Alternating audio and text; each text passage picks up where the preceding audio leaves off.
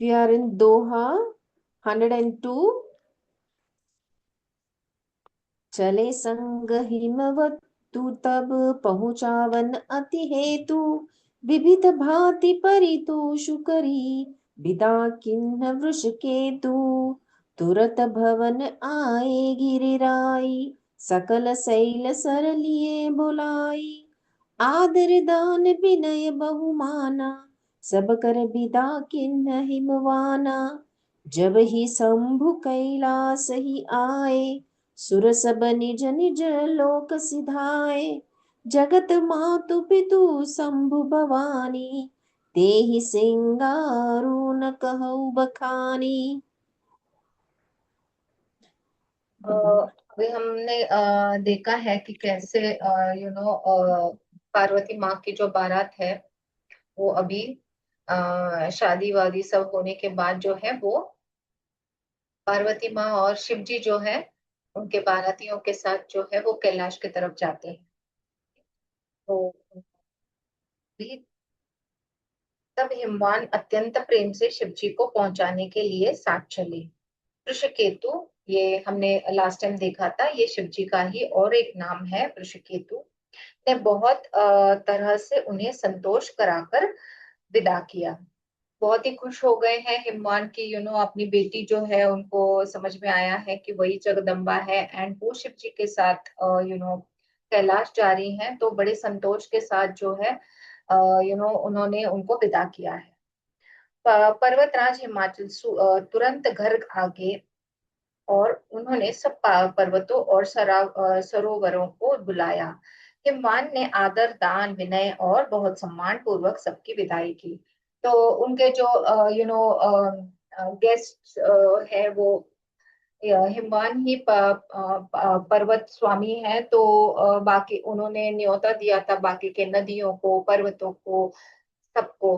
तो सब आए थे, तो एज अ होस्ट आप कैसे आजकल भी जो थैंक्स गिविंग जैसा एक रिटर्न गिफ्ट देते हैं, तो वैसे ही जो है हम पहले से ये रीति रिवाज था कि कि जाने जाते समय जो है हम पहले के जमाने में, अगर आपको याद, पता नहीं आपको याद है कि नहीं, पर पहले के जमाने में ना दूर शादी होती थी, क्योंकि बेटी के यहाँ पे लड़की के यहाँ पे आना होता था, तो लोग जो है ट्रैवल करके आते जाते थे, तो इसीलिए फिर जाते समय उनको लड्डू चिवड़ा ऐसा देते थे कि जाते समय जो है खाने के लिए या ऐसे ही कुछ, एंड प्लस भेंट वस्तु भी देते थे।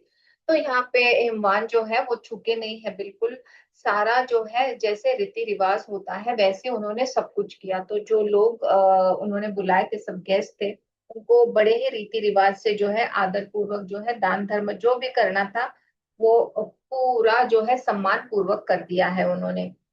जब शिव जी कैलाश पर्वत पर पहुंचे तब सब देवता अपने अपने लोगों को चले गए। तुलसीदास जी कहते हैं कि पार्वती जी और शिव जी जगत के माता पिता हैं, इसलिए मैं उनके श्रृंगार का वर्णन नहीं करता। तो यहाँ पे जो है अभी शिव जी और पार्वती माँ जो है कैलाश पहुंच गए हैं शादी के बाद, एंड बाकी के जो देवता लोग जो गण या सारे जो बाराती के साथ आए थे बारात में शामिल होने के लिए, तो वो सारे अपने अपने जो है लोग चले गए हैं। एंड यहाँ पे बड़ी ही विनम्रता से जो है तुलसीदास जी कहते हैं कि शिव जी और पार्वती माँ तो जगत के माता पिता हैं, तो शादी के बाद जो जो चीजें होती है तो वो मैं यहाँ पे बताना नहीं चाहता है उनके श्रृंगार के बारे में, या जो भी उन्होंने किया है वहां जाने के बाद जो बातें हुई हैं, या जो भी सिचुएशन के अनुसार उन्होंने जो भी किया है, तो वो मैं यहाँ पे वर्णन नहीं करना चाहता हूँ, क्योंकि एज अ रिस्पेक्ट जो है माता पिता के बारे में हम क्या कह सकते हैं, राइट। तो उसी भाव से जो है तुलसीदास कह रहे हैं यहाँ पे कि मैं उनके श्रृंगार का वर्णन नहीं करता। Next line.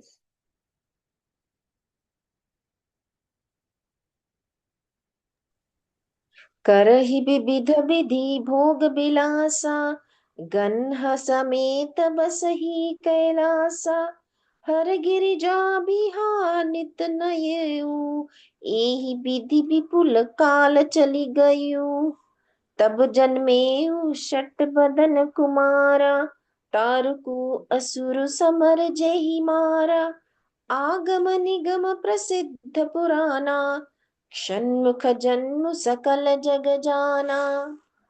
जगु जान षण्मुख जन्मो, कर्म प्रताप पुरुषार्थ महा। तेहि हेतु मैं वृष केतु, सुत कर चरित संक्षेप ही कहा। यह उमा शंभु बिबाहु, जे नर नारी कहि जे गावही। कल्याण काज बिहा कल्याण काज विवाह, मंगल सर्वदा सुखु पावही। यहाँ पे जो है शिव पार्वती विविध प्रकार के भोग विलास करते हुए अपने गणों सहित कैलाश पर रहने लगे। तो जो भी एक एक फैमिली होती है एंड हस्बैंड वाइफ का जो रिलेशन होता है, उस प्रकार से जो है दोनों शिव और पार्वती जो है वो भोग विलास करते हुए अपने गणों सहित कैलाश पर रहने लगे। वे नित्य नए विहार करते थे। इस प्रकार बहुत समय बीत गया। तो उनको एक बड़ी लाइफ अच्छी चल रही थी, तो बहुत सारा समय बीत गया है यहाँ पे। फिर तब जो है तब छह मुख वाले पुत्र, दैट इज छह मुख वाले कौन है, स्वामी कार्तिकेय, उनका जन्म हुआ है, जिन्होंने बड़े होने पर जो है युद्ध में तारकासुर को मारा। तो यही देवताओं का एम था, राइट, जो इतना सारा प्लान कर रखा था कि तारकासुर का वध जो होना है, एंड वो भी कैसे होने वाला था, कार्तिकेय स्वामी के हाथों से। तो वो जो है यहाँ पे स्वामी कार्तिकेय का जन्म होता है, एंड वो बड़े जैसे ही होते हैं तो युद्ध में जो है तारकासुर को वो मार देते हैं। बहुत वेद शास्त्र पुराणों में स्वामी कार्तिकेय की जन्म की कथा प्रसिद्ध है और सारा जगत उसे जानता है। तो यहाँ पे बड़ी शॉर्ट में जो है तुलसीदास जी कह रहे हैं कि सारे जो लोग हैं वो कार्तिकेय, स्वामी कार्तिकेय के बारे में जानते हैं कि उनका जन्म कैसे हुआ है, एंड वो बड़े कैसे हुए हैं, उन्होंने तारकासुर का वध कैसे किया है, एंड ऑल ऑफ दैट। तो षडानंद स्वामी कार्तिकेय के जन्म कर्म प्रताप और महान पुरुषार्थ को सारा जगत जानता है। उनका जो पुरुषार्थ है, कैसे उन्होंने लड़ाई की है, वो सारी चीजें जो है सारा जगत जानता है। इसलिए मैंने वृषकेतु दैट इज शिव जी के पुत्र का चरित्र संक्षेप में ही कहा है। शिव पार्वती के विवाह की इस कथा को जो स्त्री पुरुष कहेंगे और गाएंगे, वे कल्याण के कार्यों और विवाहादि मंगलों में सदा सुख पावेंगे। तो यहाँ पे जो है एक नोट जो है फुट नोट जैसे तुलसीदास जी बताते हैं कि ये शिव पार्वती का जो विवाह है, इस कथा को कोई भी स्त्री पुरुष अगर उनको कहेंगे, शेयर करेंगे, बोलेंगे, या उनका वो जो सारा जो प्रोसेस हुआ है, तो उसको अगर गाएंगे, तो ये बड़ा ही कल्याणकारी कार्य होगा उनके लिए। एंड उनको जो है विवाह विवाह आदि मंगलों में सदा सुख पावेंगे। तो जिनका विवाह हुआ है उनको बहुत सारा सुख मिलेगा। तो कई कई कथाएं ऐसी होते हैं, राइट, जैसे हमने देखा कि ये भी जो है श्री रामचरितमानस तुलसी जी दास जी पहले ही बताते हैं कि ये आपके, अगर आप पढ़ते हो सुनते हो तो आपके काफी पाप जो है वो नष्ट हो जाएंगे। जैसा हमने भगवत गीता का पाठ किया, तो उसी में भी कहा गया है कि अगर आप उसको पढ़ते हैं सुनते हैं, तो आप जो है स्वर्ग या मोक्ष की प्राप्ति कर सकते हैं। सिमिलरली गरुड़ पुराण में भी ऐसा कहा है कि एटलीस्ट एक बार आपने पढ़ना या सुनना चाहिए। अगर आप ये करते हैं तो आपको जो है मोक्ष की प्राप्ति हो सकती है। तो ऐसे बहुत सारे जो हमारे पुराण होते हैं, पोथियां होती हैं, वेद होते हैं, तो कई कई जो है वो संकल्प के तौर पर पढ़े जाते हैं, ताकि आप कोई संकल्प करो और वो आपका पूरा हो जाए। और ये बड़े बड़े जो है बहुत डीप वाले जो ये पुराण है, जो भगवान के हैं, तो इसका जो है फल बहुत बढ़िया होता है। एंड इसीलिए यहाँ पे जो है ये पाठ की शिव और पार्वती का जो विवाह है, अगर इस कथा को आप आप गाते हैं, आप किसी को शेयर करते हैं, आप किसको बताते हैं, तो आपके लिए जो है बड़ा ही कल्याणकारी होगा। स्पेशली जो है विवाहवादी जो लोग हैं, तो उनका विवाहादि मंगलों में सदा सुख पावेंगे, तो उनकी जो मैरिड लाइफ है उसमें बहुत सुख आएगा। तो यहाँ पे जो है तुलसीदास ने 6 फेस वाले जो हैं कार्तिकेय, उनके बारे में संक्षिप्त में बताया है।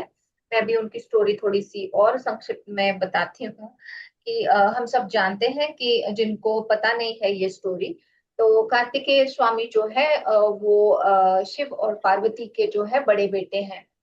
और उनका नाम जो है साउथ में स्पेशली ये फेमस है, तमिलनाडु वगैरह में, तो उनको वहां पे मुरुगन जैसे उनका नाम है। फिर स्कंद भी बोलते हैं उनको। एंड आई थिंक सुब्रमण्य भी बोलते हैं। तो ये बेसिकली उनका जो उनका जो जन्म हुआ है वो नॉर्मल तरीके से नहीं हुआ है। तो ऐसा कहा जाता है कि एक तो वो 6 हेडेड है। उनका वाहन जो है हमको सबको पता है कि वो पिकॉक होता है। तो पीकॉक क्या रिप्रेजेंट करता है? पीकॉक जो है बहुत ही ब्यूटीफुल जो है एनिमल है। वो हमारे जो ईगो है उसका पूरा डिस्ट्रक्शन कर देता है। ओके, तो जो पीकॉक है उसको रिप्रेजेंट करता है कि जहाँ पे destruction of our ego. And उनके हाथ में जो स्पीयर होता है उसको बेल बोलते हैं। अगर आपने जो है कार्तिकेय स्वामी का अगर फोटो या आपको उनकी मूर्ति विग्रह याद है, तो उसको जो है ऐसा स्पीयर जैसा वो होता है एंड बहुत शार्प होता है। तो वो सिंबलाइज करता है कि उनका जो है शार्प इंटेलेक्ट जो है स्वामी का, एंड जो उनका स्पिरिचुअल जो फोकस है वो। ओके, उनके 2 बीवी थे, 2 कॉन्सर्ट्स थे। एक है वल्ली और एक है देवसेना। ओके, तो क्या होता है कि शिव जी जो है बैरागी टाइप के, उनका जैसा हमने देखा है इनर्ट नेचर है, हमेशा समाधि में रहते हैं।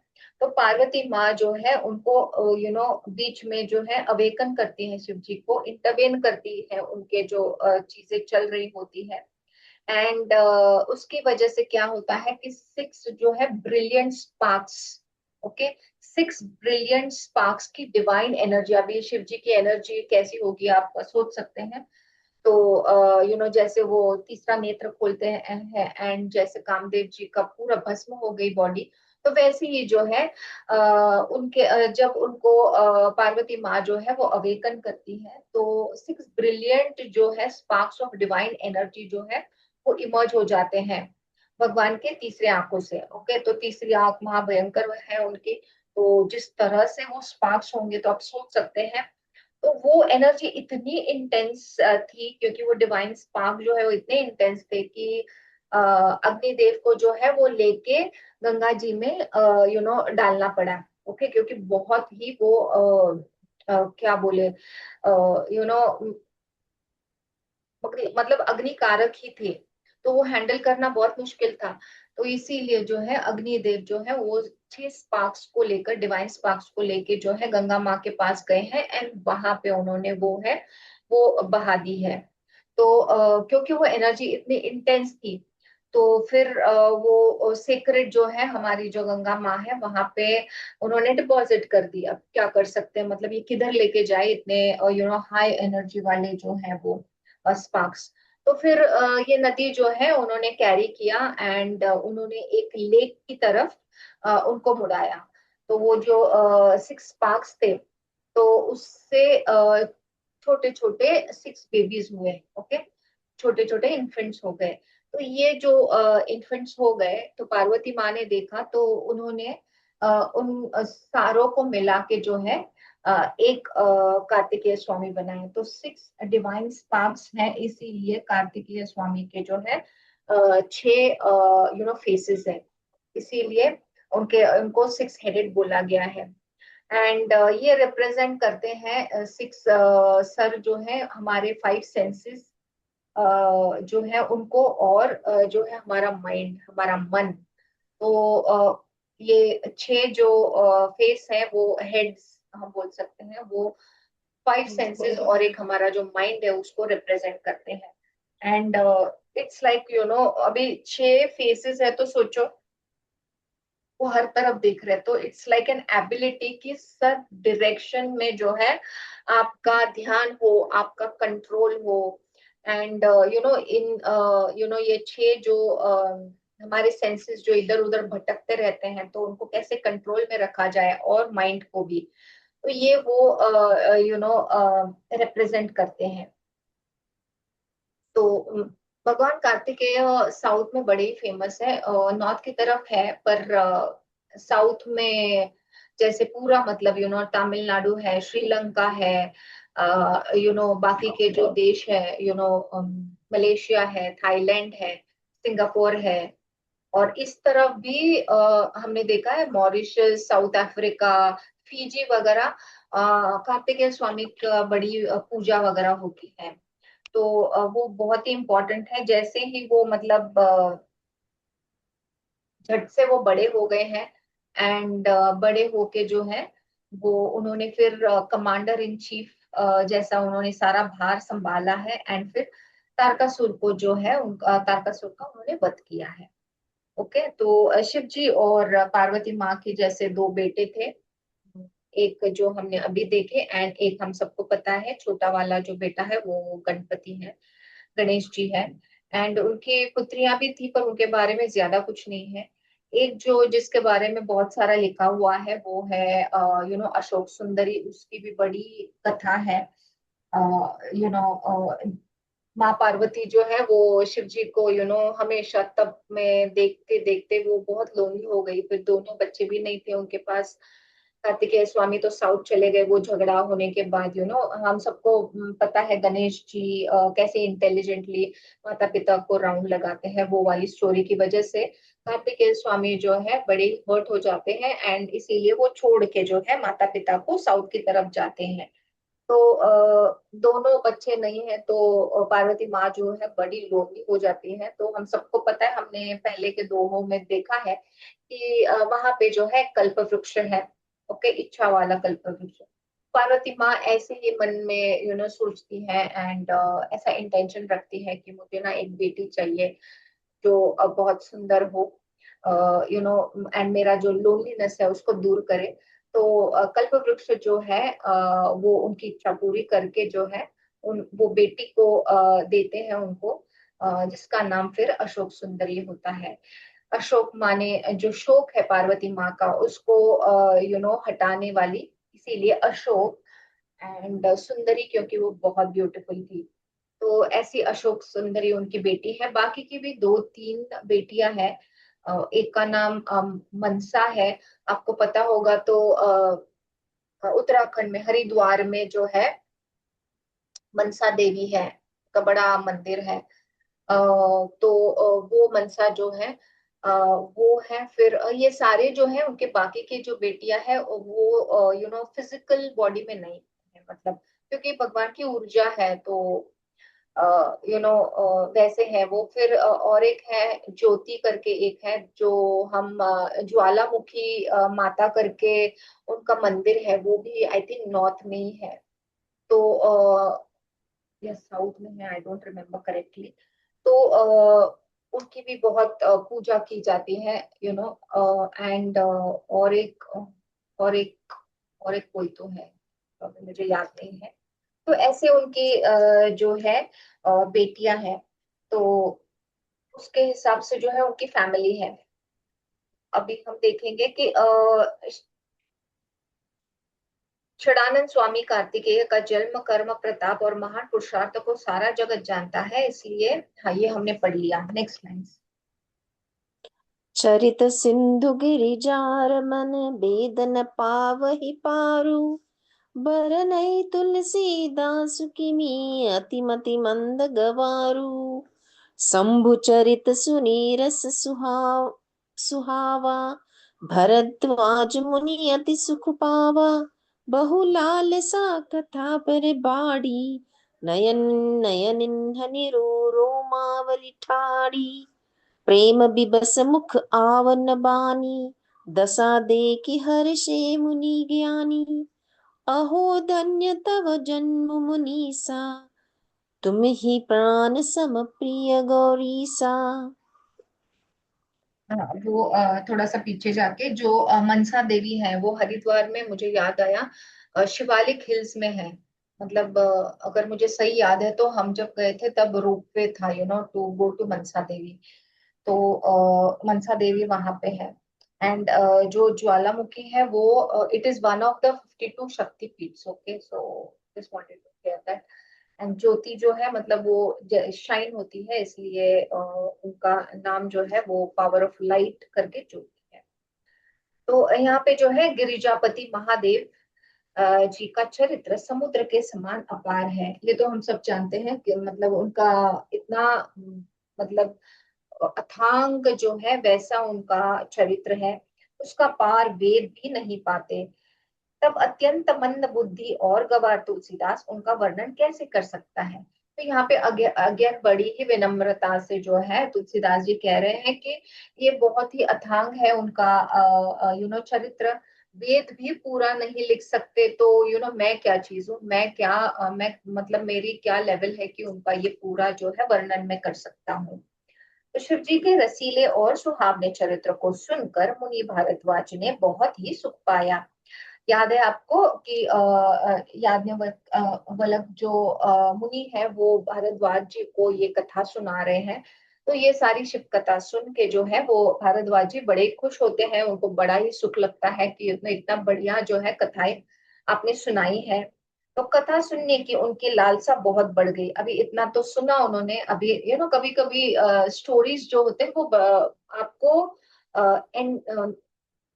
वो एंकर जो होता है, जैसे उसको कैसे पकड़ के रखता है बोट को, तो वैसे ही जो है ना स्टोरीज ऐसी होती है कि आपको वो पकड़े रहती है। एंड इसीलिए पहले के जमाने में, क्योंकि इतना सब अभी हमारी ब्रेन इतनी डेवलप हुई है पर पहले के जमाने में इतनी नहीं डेवलप थी, तो इसीलिए स्टोरी फॉर्म में जो है सारी चीजें बताई जाती थी। एंड प्लस सीक्रेट रखने के लिए जो है उनको रूपक के समान कोई एग्जाम्पल देके ऐसे हमको बताई जाती थी। तो अभी जो इतनी सारी स्टोरी जो है भरद्वाज जी ने सुनी है तो उनकी लालसा जो है बढ़ गई है और कथा सुनने की। तो वो बोलते हैं कि नेत्रों में जल भर आया तथा रोमावली खड़ी हो गई। मतलब इतना सुख भी पाया है उन्होंने, बड़ा ही शांति मिली है। प्लस इतनी सारे ऊपर नीचे जो चढ़ाव उतार थे पूरे कथानक में, तो उससे उनको बहुत रोमांच भी चढ़ा है। आग भी कभी कभी भर आई है बीच वाले सेक्शंस में, तो उनको बड़ा ही अच्छा लगा है। तो वो प्रेम से मुग्ध हो गए हैं, मुख से वाणी नहीं निकलती। उनकी यह दशा देखकर ज्ञानी मुनि याज्ञवल्क्य बहुत प्रसन्न हुए और बोले कि हे मुनीश, आहा, हाँ, तुम्हारा जन्म धन्य है, तुमको गौरीपति शिव जी प्राणों के समान प्रिय है। क्योंकि भरद्वाज को जो है शिव जी बहुत प्यारे थे। तो इसीलिए जो है अब अगर हमारे इष्ट हैं और उनके बारे में अगर आप हम सुनते हैं पढ़ते हैं तो जैसे हमको बहुत ही अच्छा फील होता है, बहुत सुखद फील होता है एंड बहुत टचिंग भी होता है। तो वैसे जो स्थिति है जो है भारद्वाज जी की हो गई है। Next line. शिव पद कमल जिन्ह हिरति नाही, राम हिते सपने हु न सुहाही। बिनु छल विश्वनाथ पद नेहु, राम भगत कर लक्षण एहु। शिव सम को रघुपति व्रत धारी, बिनु अगत जिसती असी नारी। पनु करी रघुपति भगति दिखाई, को शिव सम राम ही प्रिय भाई। प्रथम ही मैं कही शिव चरित भूषा मरमु तुम्हार। सुचि सेवक तुम राम के, रहित समस्त विकार। शिव जी के चरण कमलों में जिनकी प्रीति नहीं है वे श्री रामचंद्र जी को स्वप्न स्वप्न में भी अच्छे नहीं लगते। विश्वनाथ श्री शिव जी के चरणों में निष्कपट that is विशुद्ध प्रेम होना यही राम भक्त का लक्षण है। तो यहाँ पे तुलसीदास जी बता रहे हैं कि जैसा हमने हर बार कहा है मैंने कि हरि और हर एक साथ होते हैं, तो वो एक दूसरे की जो है पूजा करते हैं। तो एक सेवक है और एक जो है भक्त बन जाता है, वो दूसरे की पूजा करता है, अर्चा करता है। तो यहाँ पे जो है उन्हीं कह रहे हैं कि जिनको जो है शिव जी के चरण कमलों में जिनकी प्रीति नहीं है, जिनको वो पसंद नहीं है शिव जी को, तो उनको जो है श्री राम जी भी स्वप्न में भी अच्छे नहीं लगेंगे, क्योंकि वो दूसरे जो है वो एक दूसरे के साथ है, वो एक ही है बेसिकली। उनमें एक दूसरे में ही वो विराजते हैं। तो अगर एक आपको पसंद नहीं है तो दूसरा कैसे पसंद होगा, राइट? तो वैसे वो कह रहे हैं कि विश्वनाथ शिव जी के चरणों में विशुद्ध प्रेम होना आ, यही राम भक्त का लक्षण है। तो अगर आपको राम भक्त होना है तो आपको जो है शिव जी आपको पसंद होने चाहिए या उनकी भक्ति करनी चाहिए, एंड वाइस वर्सा। अगर आप राम जी के भक्त हैं तो आप ऑटोमेटिकली जो है वो शिव भक्त हो जाएंगे। तो यहाँ पे जो है शिव जी के समान रघुनाथ जी की भक्ति का व्रत धारण करने वाला कौन है, जिन्होंने बिना ही पाप के सती जैसी स्त्री को त्याग दिया। तो वो बता रहे हैं कि शिव जी जैसे मतलब कौन है। अभी जैसे हमने उनकी पूरी जो है कथा सुन ली है, तो मतलब इतनी बढ़िया राम जी की भक्ति कौन कर सकता है कि अपनी जो पत्नी है, जो हमने सती माँ का देखा कि वो जब शिव जी की परीक्षा लेना चाहती हैं, तो वो नॉट शिव जी का जो है राम जी की जो परीक्षा लेना चाहती है, जस्ट वो परीक्षा लेने के हिसाब से जो है सीता माँ का वेश धारण करती है। पर जस्ट वो वेश धारण करने की वजह से जो है शिव जी जो है वो पूरे रूठ जाते हैं उनसे, क्योंकि राम जी की जो वाइफ है सीता माँ, उनको वो माता की तरह देखते हैं एज अ रिस्पेक्ट। तो वो जो है सिर्फ उन्होंने परीक्षा के लिए एक क्षण के लिए जो है सीता माँ का रूप लिया है, पर मतलब इतनी इनकी भक्ति इतनी असीम और इतनी डीप है कि जस्ट उसके लिए जो है उन्होंने जो है सती को जो है छोड़ दिया है, मतलब वो विरक्त हो गए उनसे। तो जिन्होंने बिना ही पाप, मतलब एक्चुअली सती ने कोई पाप नहीं किया था, बस उसको डाउट था एंड वो ट्राई कर रही थी कि वो क्लैरिटी आ जाए। पर शिव जी के समान रघुनाथ जी का व्रत धारण करने वाला ऐसा कौन है जिन्होंने बिना ही पाप के सती जैसी स्त्री को त्याग दिया। उन्होंने पूरा मतलब सती को त्याग ही दिया था और प्रतिज्ञा करके श्री रघुनाथ जी की भक्ति को दिखा दिया। हे भाई, श्री रामचंद्र जी को शिव जी के समान और कौन प्यारा है। तो वो एक दूसरे को बहुत मतलब प्यारे हैं और एक दूसरे की भक्ति करते हैं। ये बहुत हायर लेवल का है, मतलब पता नहीं हम जैसों को उतने लेवल का समझ में भी आएगा या नहीं। बहुत हायर लेवल का ये एक रूपता है, वननेस है जिसको हम कह सकते हैं। एंड मतलब जैसे हम बोलते हैं ना, हम हमारे इष्ट के साथ जो है वननेस में चले जाते हो। जैसे राधा है, उसको लगता है कि मतलब मैं ही कृष्ण बन गई हूँ, तो वो एक वननेस वाला फीलिंग। शिव जी की जो आराधना करते हैं तो वो शिवमय हो जाते हैं। यू नो वैसे कृष्ण जो है, कृष्ण की जो भक्ति करते हैं वो कृष्णमय हो जाते हैं, मतलब भगवान और मैं एक ही हो गए। तो वो वननेस वाली फीलिंग है जो यहाँ शिव हरि और हर की है। तो ये वननेस बहुत ही हायर कॉन्शियसनेस वाला है। मैंने पहले ही शिव जी का चरित्र कहकर तुम्हारा भेद समझ लिया। तुम श्री रामचंद्र जी के पवित्र सेवक हो और समस्त दोषों से रहित हो। तो यहाँ पे मुनि जो है भारद्वाज जी को कह रहे हैं कि मैं पहले से ही आपको जो है शिव चरित्र जो है वो बता चुका हूँ, सारा उसका भेद जो है उसको समझा चुका हूँ। एंड तुम जो है श्री रामचंद्र जी के जो है पवित्र सेवक हो। और ये समस्त दोष जो है, मतलब जो हम जैसे मूढ़ी लोग हैं, मूड लोग हैं जो कंपैरिजन करते हैं, या कभी ये अच्छा भगवान है या वो अच्छा भगवान है, या हमारे जब कोई चीज हमको चाहिए होती है तब हम वो स्पेसिफिक भगवान की पूजा करते हैं, तो हम दल बदलते हैं जैसे हमारी प्रायोरिटी होगी। तो उस हिसाब से जो है वो भारद्वाज जी नहीं है, ये मुनि को समझ में ऑलरेडी आया था कि ये समस्त दोषों से बिल्कुल ही रहित है। Next line. मैं जाना तुम हार गुणशीला, कहु सुनहु अब रघुपति लीला। सुन मुनि आजू समागम तोरे, कहीं न जाय जस सुख मन मोरे। रामचरित अति अमित मुनीसा, कहि न कहि सत कोटि अहिसा। तदपि जथाश्रुत कहो बखानी, सुमिरि गिरापति प्रभु धनुपानी। शारद दारु नारि सम स्वामी, राम सूत्रधर अंतर जामी। जेहि पर कृपा करहि जनु जानी, कबीर अजिर न चावहि बानी। मैंने तुम्हारा गुण और शील जान लिया, अब मैं श्री रघुनाथ जी की लीला कहता हूँ। तो मुनि जो बोल रहे हैं कि मैंने आपके बारे में सब समझा भी, सब जाना भी। तो अभी आपके जो गुण है, आपकी जो शीलता है, उसको मैंने जान लिया है। तो इसीलिए अभी शिफ्ट खत्म होने के बाद अभी मैं जो है रघुनाथ जी की कथा, जो है उनकी लीला जो है वो कहता हूँ। सुनो, हे मुनि सुनो, आज तुम्हारे मिलने से मेरे मन को जो आनंद हुआ है वह कहा नहीं जा सकता।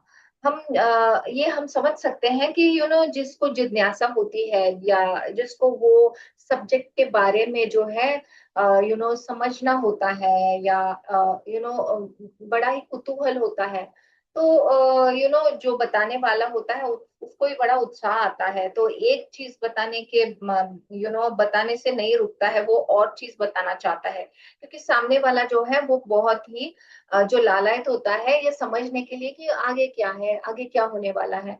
तो उनकी जो है उत्कंठा देख के जो है जो कथानक सुनाने वाला है उसको भी बड़ा ही आनंद होता है। तो वो और ज्यादा सुनाना चाहता है। तो वैसे ही कुछ मुनि की और भारद्वाज जी की अवस्था के बारे में कहा गया है यहाँ पे। ये मुनीश्वर रामचरित्र अत्यंत अपार है, 100 करोड़ शेष जी भी उसे नहीं कह सकते। तो इतना अपार है कि जो 100 करोड़ जो शेष जी है वो भी उसका बखान नहीं कर सकते हैं। तथापि जैसा मैंने सुना है वैसा वाणी के स्वामी, प्रेरक और हाथ में धनुष लिए हुए श्री प्रभु श्री राम जी का स्मरण करके कहता हूँ। तो जैसा मुझे किसी ने सुनाया, तैसे ही मैं आगे आपको सुना रहा हूँ। सरस्वती जी कठपुतली के समान है, और अंतर्यामी स्वामी श्री रामचंद्र जी सूत पकड़कर कठपुतली को नचाने वाले हैं, सूत्रधार हैं। तो यहाँ पे जो है मुनि कह रहे हैं कि ये सरस्वती जी जो है वाणी की देवता है, पर यहाँ पे जो है रघुनाथ जी, हम कठपुतली की, कैसे कठपुतली हमको दिखती है कि नाच रही है नीचे, पर उसका जो उसकी जो डोर है वो ऊपर किसी और ने पकड़ ली होती है। तो यहाँ पे जो है मुनि बता रहे हैं कि सरस्वती माँ यहाँ पे कठपुतली जैसी है, एंड उनकी जो डोर है वो रघुनाथ जी संभाल रहे हैं। तो सूत्रधार जो है वो राम जी है वहां पे। अपना भक्त जानकर जिस कवि पर वे कृपा करते हैं उसके हृदय रूपी आंगन में सरस्वती को वे नचाया करते हैं। तो जहाँ पे उनको पता चलता है कि ये मेरा असीम भक्त है, तो वो वहां जाके जो है सरस्वती माँ को नचाते हैं। बड़ा ही बढ़िया जो है इसका रूपक बताया है यहाँ पे, बहुत बढ़िया। Next lines. प्रणव सोई कृपाल रघुनाथा, बरनउ बिसदता सुगुन गाथा। परम रम्य गिरि बरु कैलासु, सदा जहाँ शिव उमा निवासु। सिद्ध तपोधन जोगी जन, सुर किंकर मुनि वृंद। बस ही तहा सुकृति, सकल सेवहि शिव सुख कंद। हरिहर विमुख धर्म रति नाही, ते नरतः सपने हूँ नहीं जाही। ते ही गिरिपट बट बिटप विशाला, नित नूतन सुंदर सब काला। हे कृपालु श्री रघुनाथ जी को मैं प्रणाम करता हूँ और उन्हीं के निर्मल गुणों की कथा कहता हूँ। तो उनको प्रणाम करके जो है हम अभी श्री रघुनाथ जी की जो कथा है वो मुनि जी जो सुनाने वाले हैं भरद्वाज जी को, वो हम सुनेंगे। कैलाश पर्वतों में श्रेष्ठ और बहुत ही रमणीय है। हम तो वहां पे जा नहीं सकते, अभी तक तो कोई जा नहीं पाया है। हालांकि माउंट एवरेस्ट पे सब चढ़ चुके हैं। एंड माउंट एवरेस्ट की हाइट जो है कैलाश से भी थोड़ी हाइट में ज्यादा है। पर लोग जो है माउंट एवरेस्ट चढ़ चुके हैं, पर कैलाश को अभी तक कोई जा नहीं पाया है। तो हम सोच सकते हैं कि मतलब कितनी पवित्रता, कितनी एनर्जी, डिवाइन एनर्जी वहां पे होगी कि कोई वहां पे जा ही नहीं सकता है। ओके, तो कैलाश पर्वत में श्रेष्ठ और बहुत ही रमणीय है, जहाँ शिव और पार्वती जी का सदा निवास वहां पे वो करते हैं।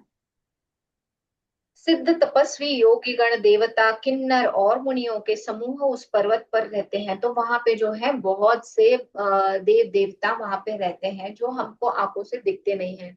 बहुत लोग जो है मानस सरोवर तक जाते हैं, पर कैलाश पे जो है वो चढ़ाई नहीं कर सकते हैं। वहां पे मतलब कोई टिकता ही नहीं है। कई लोगों ने चढ़ाई की है, पर वो रहे नहीं, जीवित नहीं रहे। तो वहां की एक एनर्जी अलग है टोटल। तो सारे जो योगी तपस्वी जो है, किन्नर जो है, देव जो है, बहुत सारे जो तप हायर एनर्जी वाले लोग हैं वहां पे तप करते हैं। तो ऐसी वो बहुत ही बढ़िया जगह है। वे सब बड़े पुण्यात्मा है और आनंद कंद श्री महादेव जी की सेवा करते हैं। तो कैलाश पे जो है महादेव की जो सेवा करने के लिए वो वहां पे उपस्थित रहते हैं। जो भगवान विष्णु और महादेव जी से विमुख है और जिनकी धर्म में प्रीति नहीं है, वे लोग स्वप्न में भी वहां नहीं जा सकते। तो ऐसे लोग हैं जिनको जो मतलब स्पिरिचुअलिटी की तरफ मुड़े नहीं है या धर्म को नहीं फॉलो करते हैं। अगेन, हम धर्म मतलब रिलीजन नहीं लेंगे, यहाँ पे धर्म का अलग डेफिनेशन है। तो वैसे जो लोग हैं वो स्वप्न में भी जो है वहां जा नहीं सकते हैं, ऐसे उनका कहना है। उस पर्वत पर एक विशाल बरगद का पेड़ है जो नित्य नवीन और सब काल, दैट इज जो भी 6 ऋतु होते हैं हमारे, उसमें सुंदर ही रहता है। मतलब एक बरगद का पेड़ है वहां पे जो हर ऋतु में जो है वो नित्य नवीन रहता है। तो सोचो क्या पावर होगी वहां की एनर्जी की, जो हमेशा जो है वो नित्य नवीन ही रहता है। मतलब हर टाइम जो है वो फूला ही रहता है, फ्रेश पत्ते आते रहते हैं, कभी सूखता नहीं है। और यस, नेक्स्ट लाइन्स। त्रिविध समी त्रिविध समीर सुशीतली छाया, शिव विश्राम बिटप श्रुति गाया। एक बार ते ही तर प्रभु गयो, तरु बिलो की उर अति सुख भयऊ। निज कर दासी नागरी पुछाला, बैठे सहज ही शंभु कृपाला। कुंद इंदुदर गौर शरीरा, भुज प्रलभ परिधन मुनि चीरा। तरुण अरुण अम्बुज समचरना, नख दुति भगत हृदय तब हरना। भुजग भूति भूषण त्रिपुरारी, आननु सरद चंद छबिहारी। कैलाश की बात हो रही है यहाँ पे। तो कैलाश पे तीनों प्रकार की वायु बहती है, शीतल, मंद और सुगंध। और उसकी छाया बड़ी ठंडी रहती है। वह शिव जी के विश्राम करने का वृक्ष है, जिसे वेदों ने गाया है। एक बार प्रभु शिव जी उस वृक्ष के नीचे गए और उसे देखकर उनके हृदय में बहुत आनंद हुआ। अपने हाथ से बागंबर बिछाकर कृपालु शिव जी स्वभाव से ही बिना किसी खास प्रयोजन के वहां बैठ गए। ऐसे ही एक बार वो बैठ बैठ गए वहां पे। कुंद के पुष्प, चंद्रमा और शंख के समान उनका गौर शरीर था। हमने एक्सप्लेन किया है पहले कि जैसे हम सबको पोर्ट्रे किया जाता है, उससे कई ब्यूटीफुल जो है गौर वर्ण वाले शिव जी हैं।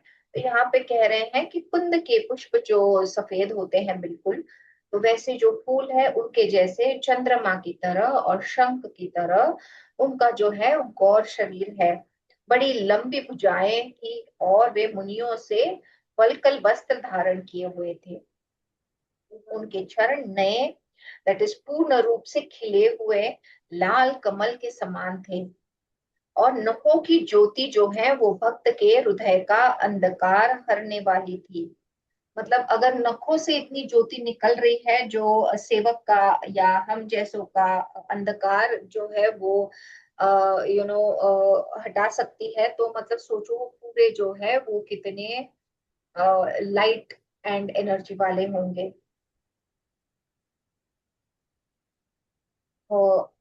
अंधकार हरने वाली थी, सांप और भस्म ही उनके भूषण थे। और उन त्रिपुरासुर के शत्रु शिव जी का मुख जो है वो शरद पूर्णिमा की चंद्रमा की शोभा को ही हरने वाला, मतलब उनकी चंद्रमा, जो पूर्णिमा का चंद्र जो होता है वो पूरा चंद्र होता है, राइट, फुल मून जिसको बोलते हैं, तो कितना ब्राइट रहता है, पर उसके वो भी फीका पड़े ऐसे शिव जी दिख रहे थे। उनके सिर पर जो है, सॉरी नेक्स्ट लाइन। जटामुकुट सुरसरित सिर लोचन नलिन विशाल नीलकंठ लावण्य निधि सोह बाल विधुबाल बैठे सोह काम रिपु कैसे धरे शरीरु सातर सुजैसे पार्वती फल अवसरु जानी गई शंभु पही मातु भवानी जानी प्रिया आदरवती किन्हा बाब बाम भाग आसनु हर दिन्हा बैठी शिव समीप हर शाई पूरब जन्म कथा चित आई। यहाँ पे जो है शिव जी का वर्णन हो रहा है कि कैसे वो इतने ब्यूटीफुल है। तो उनके सिर पर जो है जटाओं का मुकुट और गंगा जी शोभायमान थी। कमल के सामने बड़े बड़े नेत्र है, कमल के समान बड़े बड़े नेत्र थे। उनका नीलकंठ था और वे सुंदरता के भंडार थे। वो पूरे जो है सर से पांव तक बड़े ही सुंदरता के भंडार थे। उनके मस्तक पर द्वितीया का चंद्रमा सुशोभित था। कामदेव के शत्रु शिव जी वहां बैठे हुए ऐसे शोभित हो रहे थे मानो शांत रस ही शरीर धारण किए बैठा हो। बड़ी ही शांति से मेडिटेटिव पोज में जो है वो वृक्ष के नीचे, बरगद के वृक्ष के नीचे वो बैठे थे। अच्छा मौका जानकर शिव पत्नी माता पार्वती जी उनके पास गई। अब वाइफ्स जो होते हैं बड़े होशियार होते हैं, अगर कुछ काम चाहिए हस्बैंड से तो मूड बीट देख के जो है फिर जाते हैं बात करने के लिए। तो वैसे ही जब शिव जी को देखा पार्वती माँ ने कि बड़ी शांति से मस्त बैठे हैं भगवान वहां पे, तो अच्छा मौका जानकर जो है वो उनके पास गई है। एंड उनके समीप जाकर अपनी प्यारी पत्नी जानकर शिव जी ने उनका बहुत आदर सत्कार किया और अपनी बाई ओर बैठने के लिए आसन दिया। तो उन्होंने देखा कि पत्नी आई है यहाँ पे, तो इसीलिए वो बड़े प्रसन्न भी हुए हैं। एंड बहुत आदर सत्कार के साथ जो है उनको जो है अपने पास बाई की बाई तरफ जो है उनको बिठा लिया है। अब पार्वती जी बड़ी प्रसन्न हो गई है यहाँ पे। तो प्रसन्न होकर जो है वो शिव शिव जी के पास बैठ गई। एंड उन्हें पिछले जन्म की कथा स्मरण हो आई। तो बैठे बैठे जो है उनको पूरा जो है उनका पास्ट जो है वो याद आया है। आगे देखते हैं नेक्स्ट स्लाइड। पति ही हेतु अधिक अनुमानी बिहसी उमा बोली प्रिय बानी कथा जो सकल लोक हितकारी सोई पूछन चह शैल कुमारी विश्वास नाथ मम नाथ पुरारी त्रिभुवन महिमा विदित तुम्हारी चर अरु अचर नाग नर देवा सकल करहि पद पंकज सेवा प्रभु समर्थ सर्वज्ञ शिव सकल कला गुण धाम जोग ज्ञान वैराग्य निधि प्रणत कल्प तरुणाम। यहाँ पे जो है स्वामी के हृदय में अधिक प्रेम समझकर पार्वती जी हंसकर प्रिय प्रिय वचन बोली। अभी जो है पार्वती माँ को सब याद आ गया, पास्ट वाला, सती का जो लाइफ थी वहां पे क्या हुआ था एंड ऑल ऑफ दैट। तो वो जो है उन्होंने पार्वती जी ने हंसकर प्रिय वचन बोले, जो कथा सब लोगों का हित करने वाली है उसे ही पार्वती जी पूछना चाहती है। तो यहाँ पे जो है मुनि बोल रहे हैं कि पार्वती माँ जो है हम सबको, ये सारे जो है भगवान को ये सब सारी चीजें करने की जरूरत नहीं होती है, पर ये सारी लीलाएं जो ये है वो हमारे लिए करते हैं। तो यहाँ पर जो है पार्वती माँ सब लोगों के लिए जो है, हमारे हित के लिए, लोगों के हित के लिए जो है ये फिर से कथन करती है कि उनको शिव जी को पूछना चाहती है कि एग्जैक्टली मतलब राम जी के बारे में, क्योंकि लास्ट लाइफ में जो है इतने वो क्रोधित हुए थे, एंड उन्होंने जो है सती माँ को जो है वो त्याग किया था, तो इतना कुछ हुआ था, तो वो ऑलरेडी मतलब सहमी सहमी थी कि ऐसा कुछ ना हो जाए, तो बड़े ही प्यार से जो है वो माँ जो है शिव जी को अभी पूछने वाली है कथा के बारे में, मतलब श्री राम जी के बारे में। तो पार्वती जी ने पूछना चाहती है कि, उन्होंने कहा, हे संसार के स्वामी, हे मेरे नाथ, हे त्रिपुरासुर का वध करने वाले। देखो मतलब जब जैसा मैंने बोला, अगर वाइफ को कुछ हस्बैंड के साथ, हस्बैंड से कुछ अच्छी वाली बात करनी होती है, तो बड़े ही प्रिय and all of that adjectives लगा के बोलते हैं, तो वो सिर्फ मेरे स्वामी है ऐसे बात नहीं कर रही है, वो जग की तरफ जो है, पूरे संसार की तरफ जैसे शिव जी है, तो वैसा विशेषण लगा के, एडजेक्टिव लगा के बात कर रही है। तो पार्वती जी ने कहा है कि हे संसार के स्वामी, वो नहीं कह रहे मेरे स्वामी, संसार के स्वामी, हे मेरे नाथ, हे त्रिपुरासुर का वध करने वाले, जिन्होंने त्रिपुरासुर का वध किया है, आपकी महिमा तीनों लोकों में विख्यात है। आप तो बड़े स्वामी हैं, आप सारे जग का संहार करने वाले हैं, आप क्षर अक्षर है, आप नाग, मनुष्य और देवता सभी आपके चरण कमलों की सेवा करते हैं। तो सभी जो है देवता गण, सारे लोग जो है वो आपके चरण कमलों की जो है सेवा करते हैं। तो हे प्रभु, आप समर्थ आप समर्थ, सर्वज्ञ और कल्याण स्वरूप है। पूरे सारे जो है विशेषण भगवान को दे रही हैं, सब कलाओं और गुणों के निदान है। आपको पता है कि भगवान की शिव जी की पूजा की जाती है, वो कला के भी स्वामी है, उनको संगीत बड़ा ही प्रिय है, एंड इसीलिए एंड कला के तो वो स्वामी है, क्योंकि आपने देखा होगा जो भी क्रिएटिव लोग होते हैं, वो हमेशा जो है भगवान की जो नटराज वाली मूर्ति जो है, जो मृद ये वो डांस जो पोज है उनका, तो वो वाली जो विग्रह है वो हमेशा उनकी पूजा करते हैं, राइट। तो भगवान जो है उनको संगीत भी बहुत प्रिय है, नृत्य भी बहुत प्रिय है। तो वो जो है सब कलाओं के और गुणों के निधान है, सारे कलाओं के देवता है वो, और योग, ज्ञान तथा वैराग्य के भंडार है, मतलब ही इज ऑल राउंडर, मतलब योग भी जानते हैं पूरा, ज्ञानी भी है, और फिर कला में भी प्रावीण्य है उनका, तो कला में ही भी वे वैसे मिक्स हो जाते हैं और एकदम से वे योगी वैरागी भी बन जाते हैं, तो सारे जो गुण है वो उससे पूरे व्याप्त है वो। आपका नाम शरणागतों के लिए कल्प वृक्ष है, मतलब सिर्फ आपका नाम ही जो है लोगों के लिए जो है कल्प वृक्ष के समान है। जो शरणागति मतलब जो शरण आते हैं आपके चरणों में, तो उनके लिए तो आपका सिर्फ नाम लेना ही वो कल्प वृक्ष के समान है। Next lines. जो मो पर प्रसन्न सुख राशि, जानी असत्य मोहि निज दासी। तौ प्रभु हरहु मोर अज्ञाना, कहि रघुनाथ कथा विधि नाना। जासु भवन सुर तरु तर होई, सही की दरिद्र जनित दुख सोई। शशिभूषण अस हृदय बिचारी, हरहु नाथ मम मति भ्रम भारी। प्रभु जे मुनि परमारथ बादी, कहहि राम कहु ब्रह्म अनादि। शेष शारदा वेद पुराना, सकल करहि रघुपति गुण गाना। हे सुख की राशि, यदि आप मुझ पर प्रसन्न हैं और सचमुच मुझे अपनी दासी जानते हैं। तो यहाँ पे जो है पार्वती माँ खुद को उनकी दासी संबोधित करती है, सेविका संबोधित कर रही है। तो मतलब देखो क्या लेवल पे आई है वो।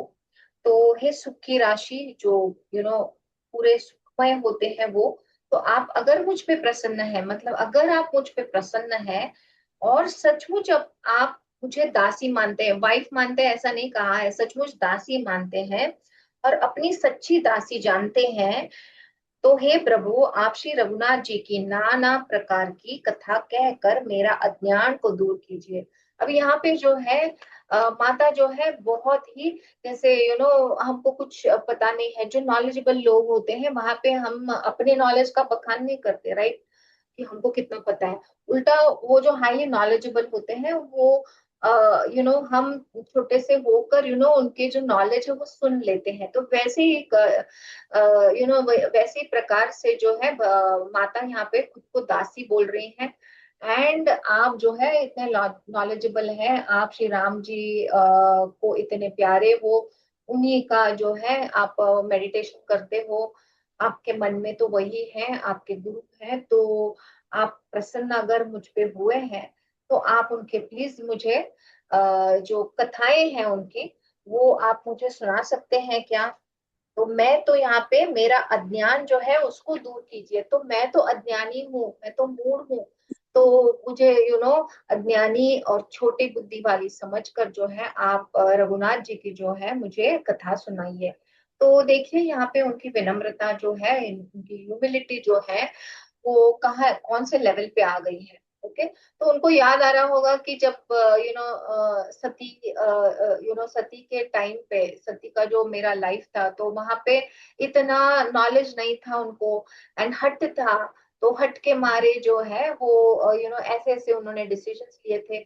अभी जो है वो प्रगल्भ हुई है, उनकी बुद्धि जो है वो और नॉलेजेबल हो गई है। तो अभी वो एक चीज है कि जब आप बहुत नॉलेजेबल हो जाते हो ना, तब आप बहुत विनम्र भी हो जाते हो। आप हाईली क्वालिफाइड या नॉलेजेबल देखो, लोग बड़े विनम्र होते हैं।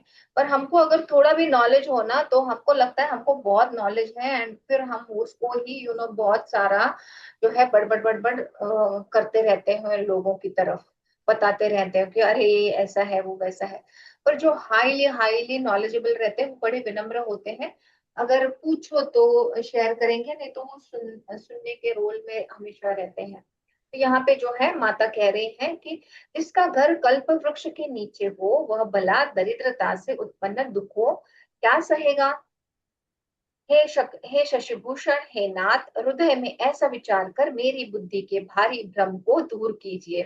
तो यहाँ पे जो है अगेन बड़ी विनम्रता से जो है माता कह रही है कि मेरी बुद्धि जो है वो भ्रम में है, कि मुझे पता है बहुत सारी चीजें, क्योंकि मेरा घर कहाँ पे है, कि वो जो इच्छाधारी कल्प वृक्ष है उसके नीचे मैं रहती हूँ। ओके, सोचो कोई कल्प वृक्ष के नीचे रह रहा हो तो मतलब क्या कहने उसके ना, उसकी तो लाइफ ही बन गई। तो जिसका घर जो है वो कल्प वृक्ष के नीचे हो, वो भला भला दरिद्रता से उत्पन्न दुख को क्यों सहेगा। ये एक अगेन रूपक है कि जैसे इच्छाधारी जो कल्प वृक्ष है वो उसके नीचे अगर कोई बंदा रहता है तो वो दरिद्रता और दुख तो उसको रहेगा ही नहीं, राइट। तो हे शशिभूषण, हे नाथ, हृदय में ऐसा विचार कर मेरी बुद्धि के भारी भ्रम को दूर कीजिए। तो मैं ऐसा ही कुछ सोच रही हूँ, तो ये मेरा भ्रम है कि इतने ज्ञानी जो मेरे पति है, मेरे नाथ है। तो हे शशिभूषण, हे नाथ, ऐसा मेरा भ्रम है कि मुझे सब पता है, तो मेरे ये भ्रम को आप प्लीज दूर कीजिए और मुझे जो है वो ज्ञान दीजिए।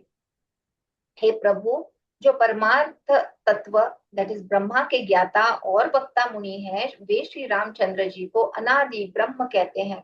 अब जो वक्ता है, बहुत बड़े बड़े मुनि हैं, वो श्री राम जी को जो है ब्रह्म कहते हैं। और शेष सरस्वती, वेद और पुराण सभी रघुनाथ जी का गुण गाते हैं। सब तरफ से सब लोग जो है प्रभु श्री राम जी का जो है गान गाते हैं, उनको ब्रह्म कहते हैं। और हे कामदेव के शत्रु, आप भी दिन दिन रात जो है आदर पूर्वक राम नाम का जप करते हैं। ये राम वही अयोध्या के राजा के पुत्र है या अजन्मा निर्गुण और अगोचर कोई और राम है? अभी पार्वती माँ को बड़ा ही प्रश्न चिन्ह आ गया है कि इतना सारा जो विश्व जो है, जो पूरा राम जी ने व्यापा है, सब उनके गुणगान कर रहे हैं, सब वेद शास्त्र मुनि जो भी लोग हैं सब जो है उनका नाम जप कर रहे हैं। फिर मेरे पति जो है वो भी उनका नाम जप कर रहे हैं। तो ये एग्जैक्टली कौन है? अच्छा, ये ब्रह्मा भी है, मतलब ये अनादि अनंत भी हो सकते हैं। तो ये जो राम जी जो है वो दशरथ के पुत्र राम है या अनादि अनंत अलग कोई राम है? ये मतलब उन्होंने ये शरीर धारण किया है या ये शरीर धारण किए वाले राम जो साधारण मनुष्य लग रहे हैं, उन्होंने क्यों वन में रहना स्वीकार किया है, वो अपनी पत्नी के लिए क्यों व्याकुल हो रहे हैं? तो ये जो है हमारे जैसा लग रहा है कुछ कि जो ह्यूमंस होते हैं वैसा वो दुख उनको मिला है। तो वो कौन है एग्जैक्टली, कौन से राम कौन है एग्जैक्टली? तो उनको बड़े ही प्रश्न आ गए हैं यहाँ पे। Next line.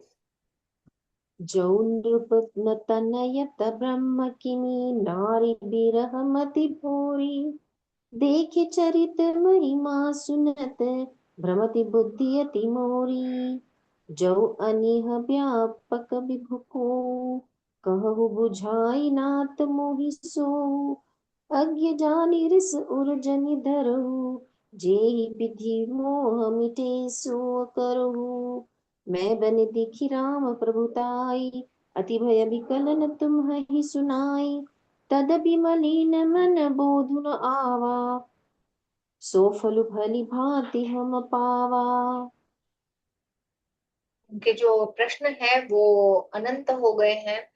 बहुत सारे प्रश्न पड़े हैं उनको कि यदि वे राजपुत्र है तो फिर वो ब्रह्मा कैसे, और यदि वो ब्रह्मा है तो फिर वो राजपुत्र कैसे क्या हो गए?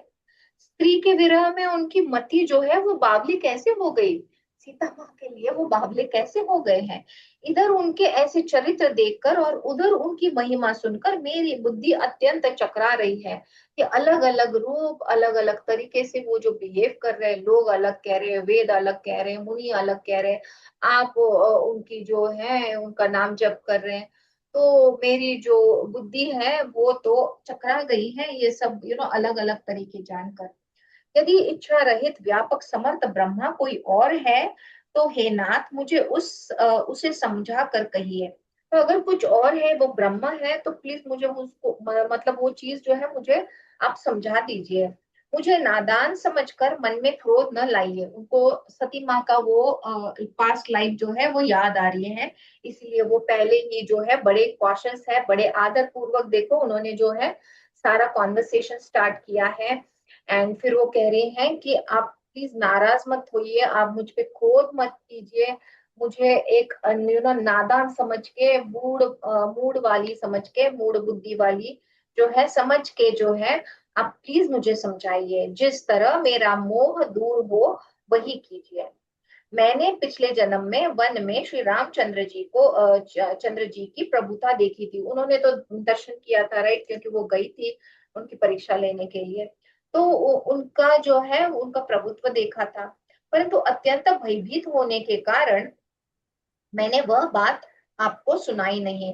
तो वो जो दर्शन हुआ है वो सब उन्होंने गड़बड़ किया था, राइट। तो इसकी वजह से जो है उन्होंने कुछ भी भगवान को बताया नहीं, शिव जी को कुछ बताया नहीं था, राइट। वो चुप बैठे थे, कुछ नहीं बोले थे। तो भी मेरे मलिन मन को बोध न हुआ। तो ये सारा जो रूप उस वक्त मैंने उनका दर्शन भी किया फिर भी मुझे वो रूप समझ में नहीं आया।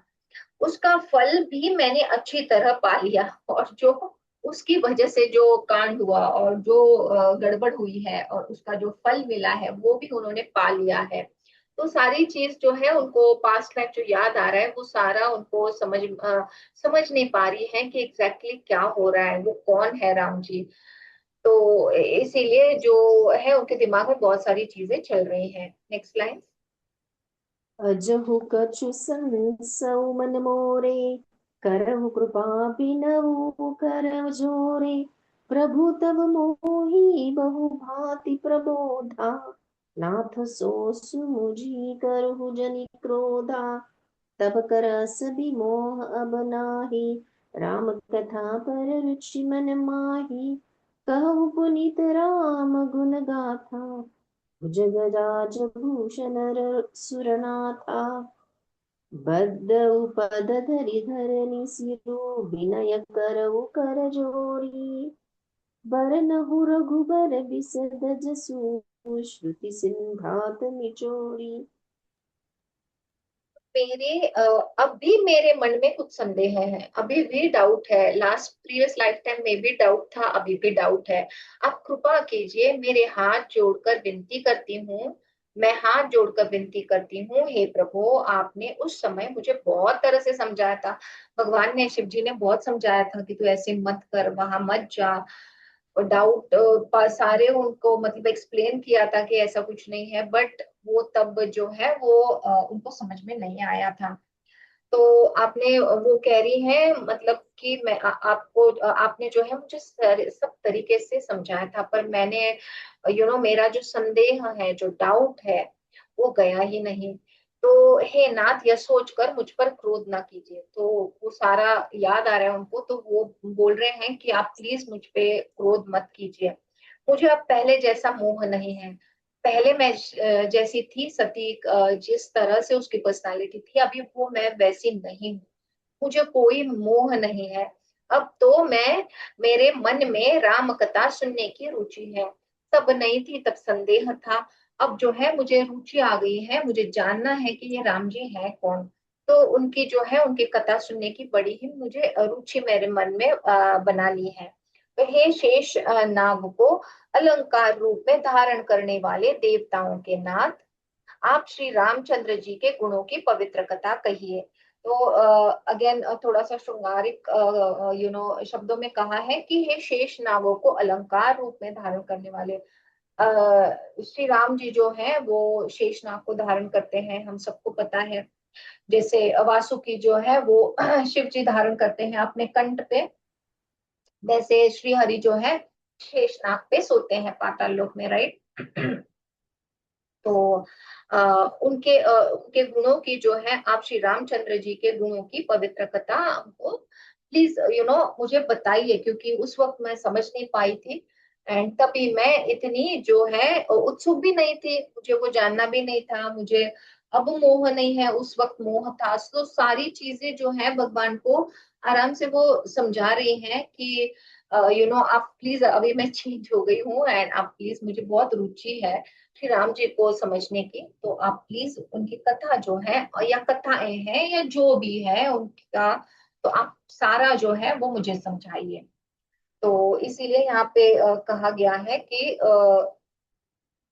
यहाँ पे कहा है कि हे शेष नागों, नाग को अलंकार रूप में धारण करने वाले देवताओं के नाथ। तो श्री हरि जो है सारे देवताओं के भी नाथ है। तो इसीलिए बड़ा ही कंफ्यूजन है, क्योंकि मतलब अगर वो नाथ है तो ये कौन है, वो ये कर रहे हैं तो ये कौन है। मतलब राम दिख रहे हैं शरीर रूप में, एंड यहाँ पे जो है वो शेष नाग पे लेटे हुए हैं।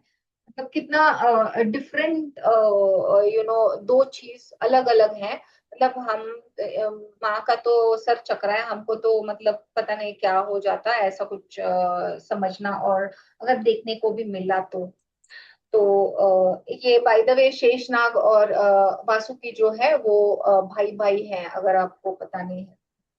वो जो है, हमने दक्ष देखा था, जो सती माँ के पति थे, पिता थे, राइट। तो दक्ष जो है वो ब्रह्मा जी ने उनको उत्पन्न किया था, वो मानस पुत्र जो है दक्ष, ब्रह्मा जी के। तो दक्ष जो है, उनके 13 बेटियां थी।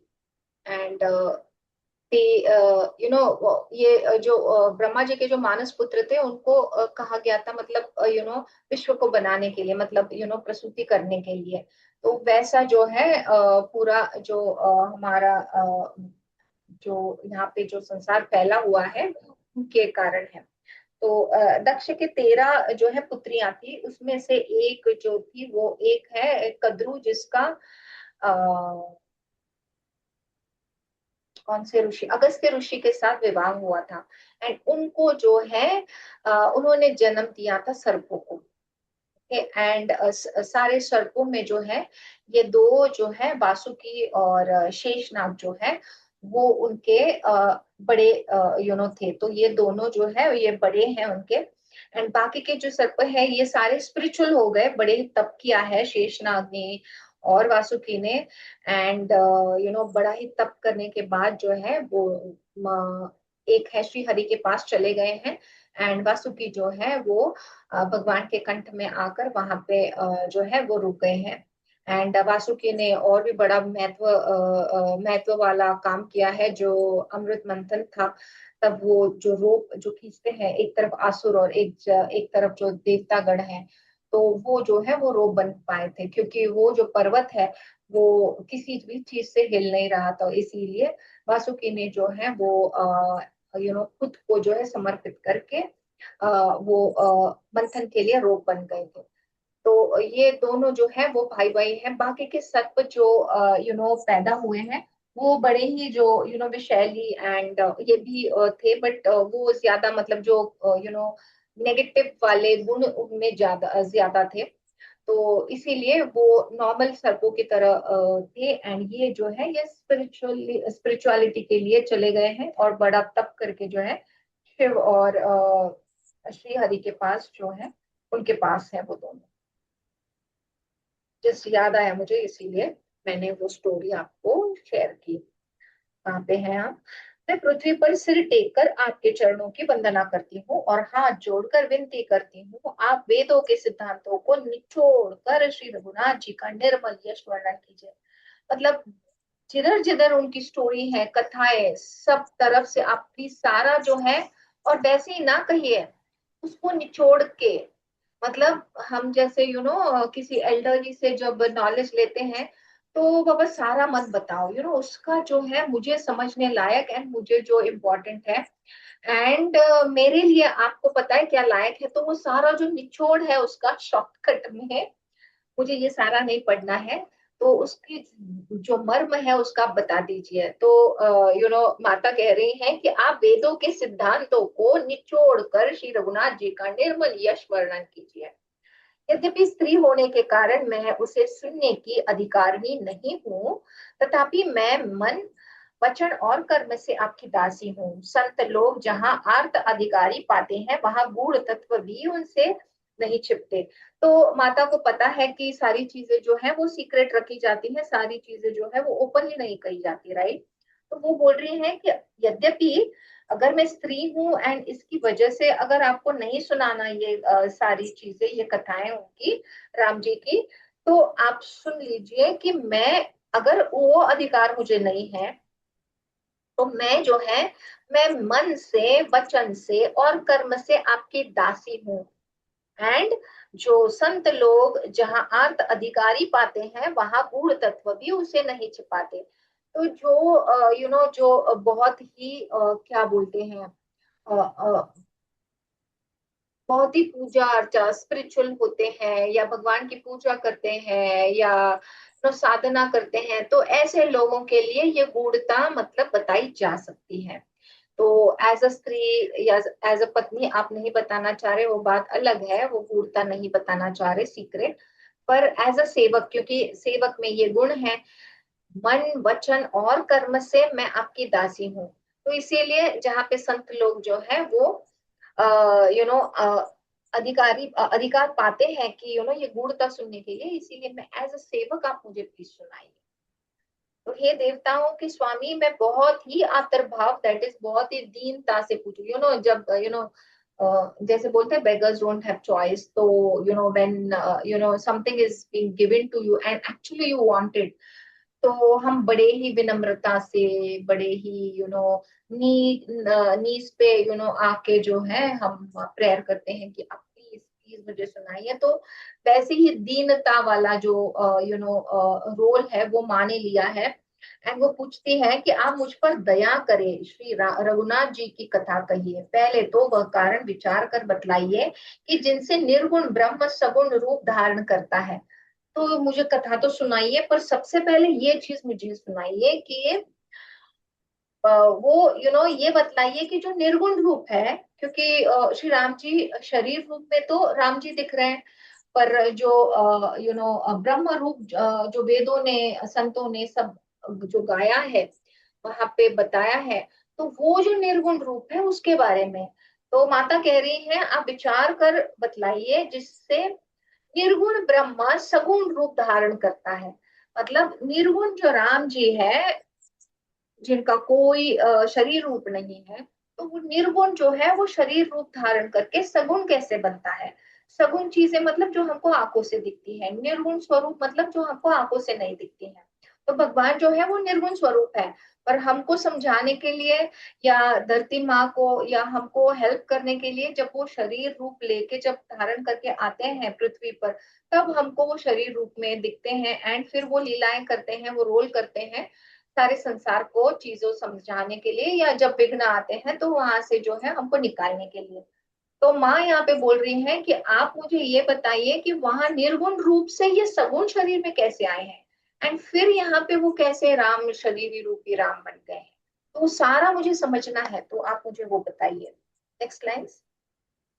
पुनि प्रभु कहु राम अवतारा, बाल चरित पुनि कहु उदारा। कहु जथा जानकी विवाही, राजत जासो दूषण काही।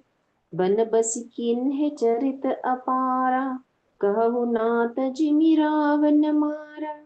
राज बैठ किन्ही बहु लीला, सकल कहु शंकर सुख लीला। फिर हे प्रभु श्री रामचंद्र जी के अवतार दैट इज जन्म की कथा कहिए तथा उनका उदार चरित्र भी कहिए।